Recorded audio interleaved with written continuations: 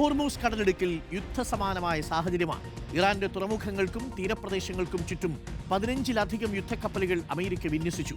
സമ്പൂർണ്ണ നാവിക ഉപരോധമാണെന്നാണ് അമേരിക്ക പറയുന്നത്. എന്നാൽ കനത്ത തിരിച്ചടി നൽകുമെന്നും കരയുദ്ധം തുടങ്ങിയാൽ നേരിടുമെന്നുമാണ് ഇറാന്റെ മുന്നറിയിപ്പ്. അതേസമയം പോപ്പിനെ വീണ്ടും അധിക്ഷേപിച്ച് അമേരിക്കൻ പ്രസിഡന്റ് ഡൊണാൾഡ് ട്രംപ് വീണ്ടും രംഗത്തെത്തി.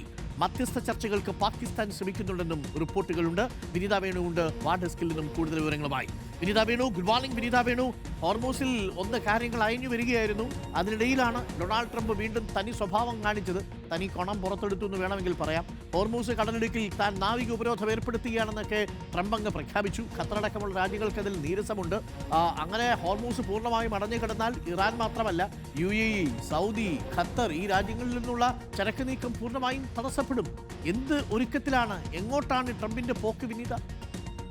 ഡോക്ടർ അരുൺ, കൃത്യമായി പറഞ്ഞാൽ എന്താണ് സംഭവിക്കുന്നത് എന്നത് സംബന്ധിച്ച ഒരു ധാരണയും ഉണ്ടാകുന്നില്ല എന്നതാണ്. ഓരോ ദിവസവും ഈ പറഞ്ഞതുപോലെ കൂടുതൽ പ്രതിസന്ധിയിലേക്ക് കാര്യങ്ങൾ പോകുന്നു. ഇപ്പോൾ നിലവിലെ ഒരു സാഹചര്യം ഹോർമൂസ് പൂർണ്ണമായും അടച്ചിട്ട നിലയിലാണ്. തുറന്നു കിടക്കുന്നു എന്ന് ഇറാൻ പറയുമ്പോൾ പോലും അമേരിക്ക 15 പടക്കപ്പലുകൾ വിന്യസിച്ചുകൊണ്ട് അവിടെ ശക്തമായ ഉപരോധം, നാവിക ഉപരോധം തീർത്തിരിക്കുകയാണ്.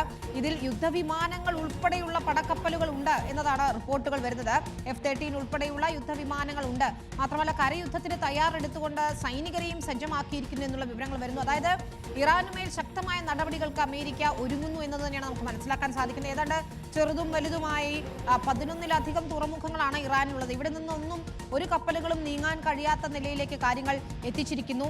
ഇന്ത്യയുടെ ചിലവിൽ നിർമ്മിച്ച തുറമുഖം ഉൾപ്പെടെ ഇത്തരത്തിൽ ഉപരോധത്തിന് വഴങ്ങേണ്ടി വന്നിരിക്കുന്നു എന്നുള്ളതാണ് മനസ്സിലാക്കുന്നത്. കനത്ത തിരിച്ചടി നൽകുമെന്ന് ഇറാൻ പറയുമ്പോൾ പോലും നിലവിൽ അത്തരം നീക്കങ്ങളില്ല.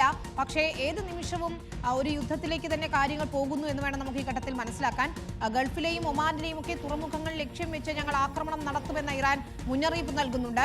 ഈ അമേരിക്കയുടെ സഖ്യരാജ്യങ്ങളിലെ തുറമുഖങ്ങളെല്ലാം കരുതിയിരുന്നോളൂ എന്നുകൂടി ഇറാൻ ഒരു മുന്നറിയിപ്പായി നടത്തുന്നു. ചരക്ക് നീക്കം ഏതാണ്ട് പൂർണ്ണമായി സ്തംഭിച്ച അവസ്ഥയാണ്. ഈ എണ്ണ കപ്പലുകൾക്കൊക്കെ കടന്നു പോകുന്നതിന് വലിയ ബുദ്ധിമുട്ടുണ്ട്.